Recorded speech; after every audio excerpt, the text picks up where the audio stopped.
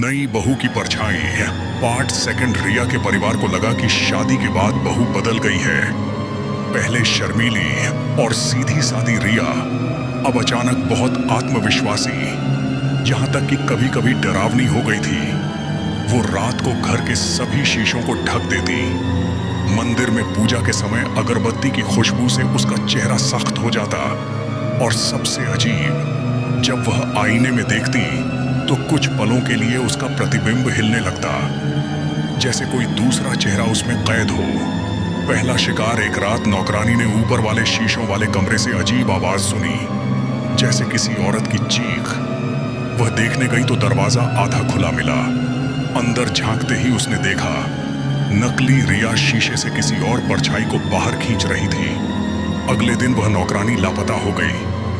परिवार वालों ने समझा कि वह भाग गई होगी, लेकिन रिया असल वाली शीशे के अंदर सब देख रही थी। उसकी आंखों से खून के आंसू टपक रहे थे, पर आवाज कोई नहीं सुन पा रहा था। साजिश धीरे धीरे नकली रिया घर की असली मालकिन बनने लगी। उसका मकसद था शीशे की दुनिया से और आत्माओं को आजाद कर इस दुनिया में लाना।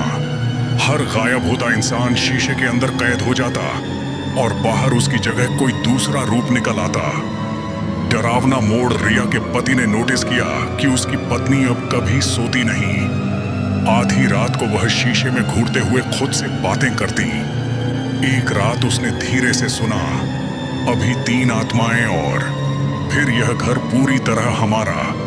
पति ने अगले दिन अपनी मां से कहा, लेकिन मां ने बस हंसते हुए जवाब दिया, तेरी बीवी तो बहुत अच्छी है, शायद तुझे ही वहम हो रहा है।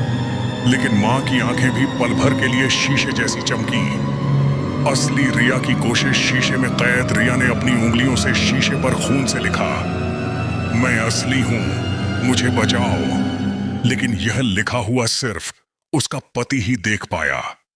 अब सवाल यह है कि उसका पति अपनी असली पत्नी को कैसे बचाएगा? क्या वो शीशे की दुनिया में जाएगा या नकली रिया से सीधे भिड़ेगा? नेक्स्ट पार्ट देखने के लिए वीडियो को लाइक एंड चैनल को सब्सक्राइब करें।